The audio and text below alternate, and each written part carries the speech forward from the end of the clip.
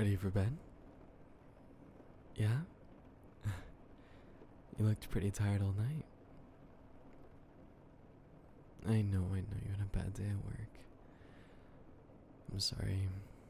Those days always happen to the best people.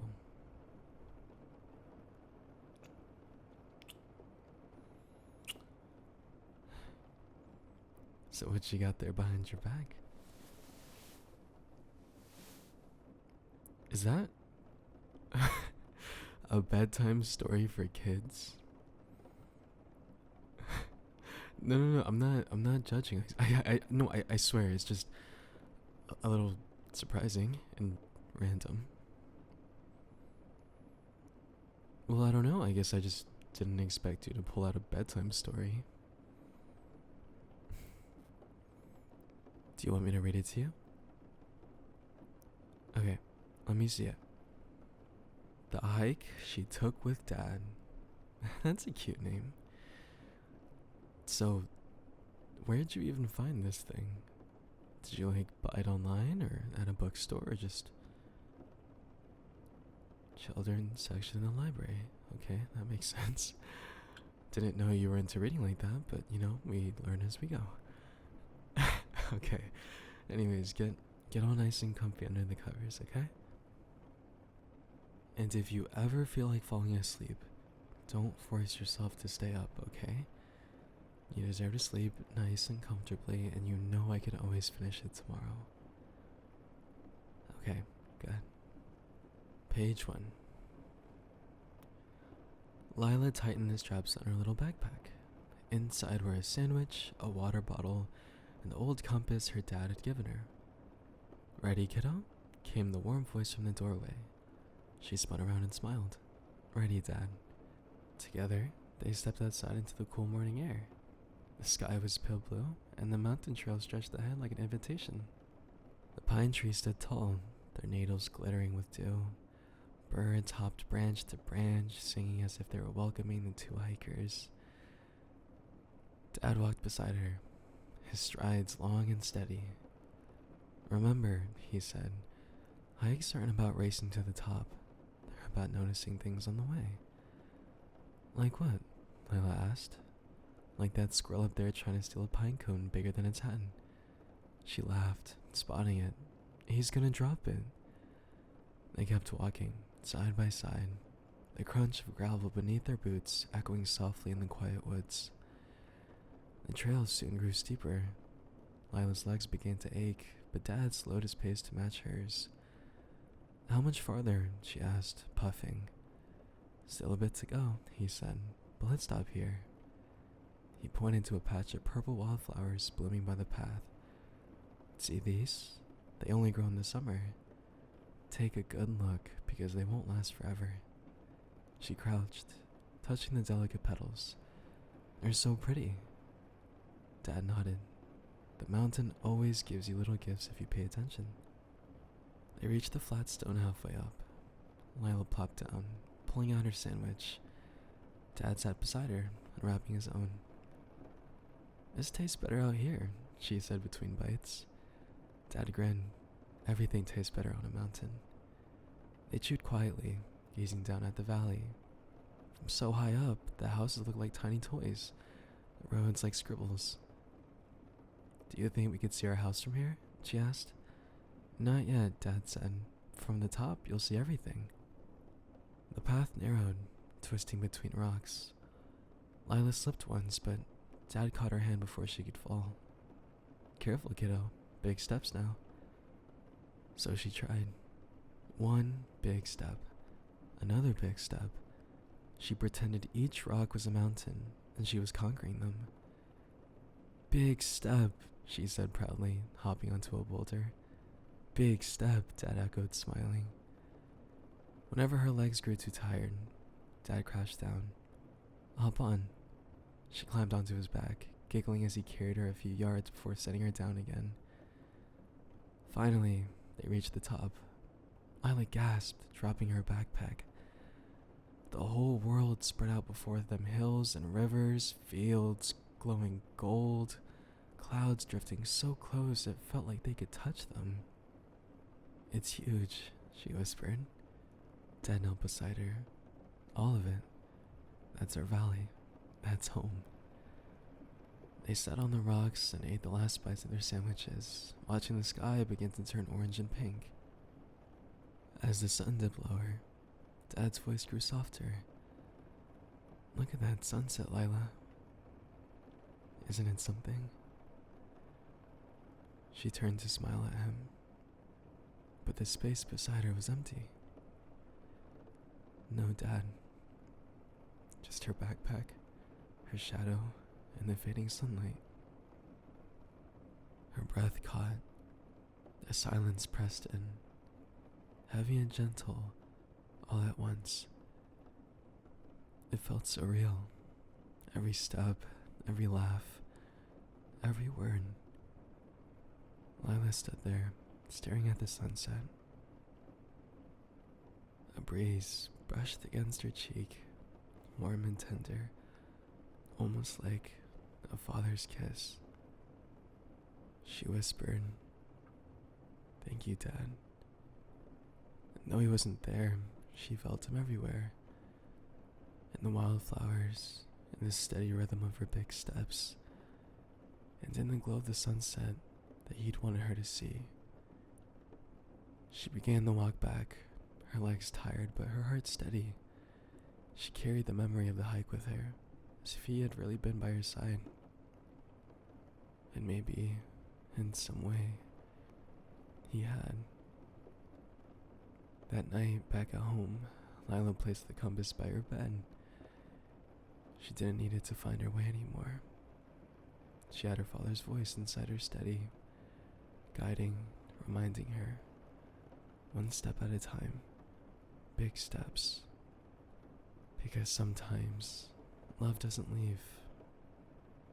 It just walks with you in ways you can't always see. Wow, that one was a lot more emotional than I thought, huh? You found this in a kids section? Wow, yeah, that one was really emotional. What's that? You got one more thing for me. What would that be? Is that another book?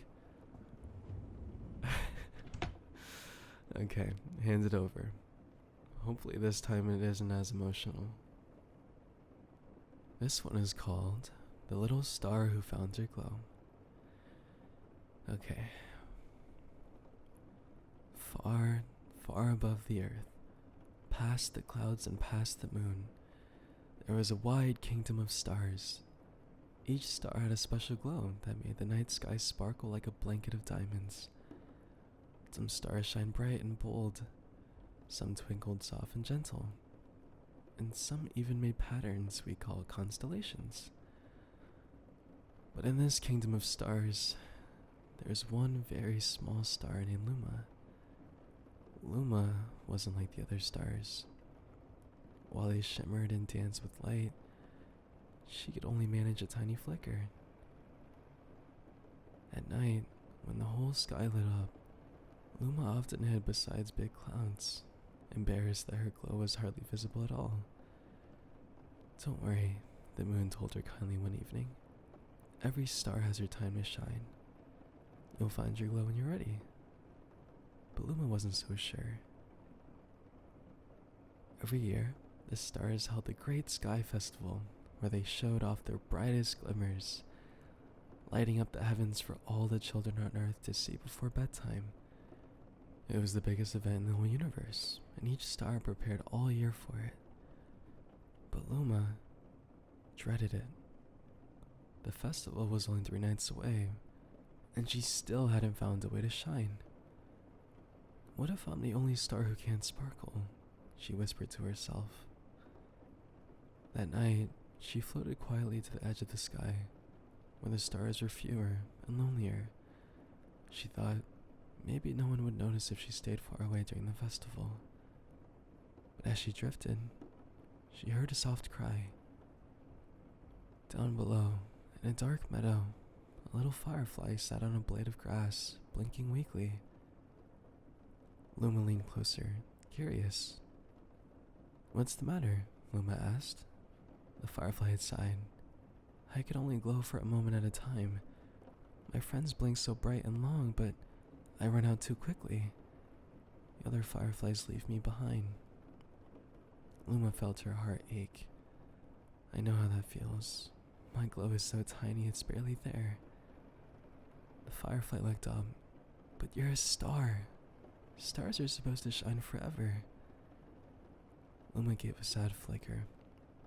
Not me. The firefly thought for a moment, then smiled. Maybe we're not meant to glow the same way as everyone else. Maybe we glow differently for a reason. And that made Luma wonder. The next evening, still worried about the festival, Luma decided to search for answers. She floated past the quiet moon and whispered, I'm gonna find out how to glow. The moon nodded. Be brave, little one. First, Luma visited the Big Dipper, a grand group of stars who always shone together. Please, Luma begged, how do you sparkle so brightly? One of the stars rumbled warmly. We shine brighter together than we could ever apart. Maybe your glow is waiting for the right moment to join others. And that gave Luma hope, but still, she didn't know how to make her flicker strong. Next, she drifted past the North Star, who guided sailors at sea. Excuse me, Luma asked shyly, how did you find your glow? The North Star replied, I shine brightest when I have a purpose, when I'm guiding others. Sometimes your glow grows when someone else needs it.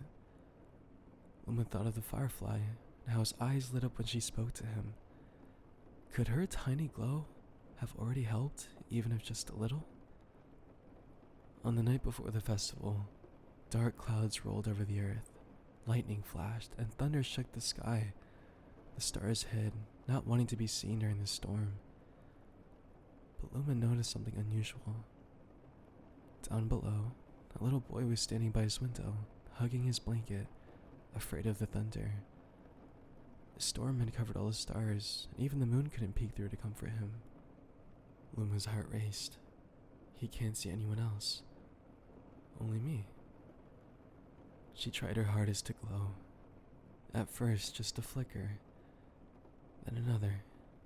She pushed and pushed until her little light shone brighter than it ever had before. Through his window, the boy gasped. There, in the stormy darkness, was one tiny star, blinking just for him. He smiled and whispered, "Thank you." Finally went to bed, closed his eyes, and fell asleep. Luma felt something warm spread inside her. For the first time, her glow didn't feel small. It felt important. When the Great Sky Festival began, the stars burst into their dazzling lights. The constellations danced, comets zipped past like ribbons, and the moon beamed proudly. Luma hesitated at first. Then she remembered the boy, the firefly, and the North Star's advice. She floated to her place in the sky and began to shine. Her light wasn't the biggest or the brightest, but it had a steady warmth that caught the eyes of children on Earth. Down below, the same boy from the storm pointed her out to his parents. "That one, that's my star," he said proudly. Other children who often felt small or unnoticed looked at Luma's soft glow and smiled. Somehow, she made them feel seen. The moon winked at her. "See, you found your glow." From then on, Luma no longer hid behind the clouds. She learned that her glow didn't need to be the brightest, it just needed to be hers. Every night, she looked for someone who needed her light. Sometimes it was a child afraid of the dark. Sometimes it was a traveler lost in thought. And sometimes it was just the lonely firefly blinking back up at her. And whenever she flickered, no matter how small, it was always enough. So if you ever look out your window at night and see a single small star twinkling gently, it might be Luma, shining just for you. Because even the tiniest glow can light up someone's darkest night.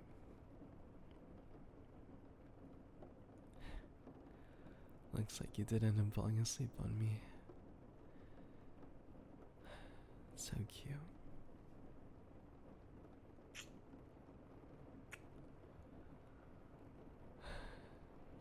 Good night. I love you so much.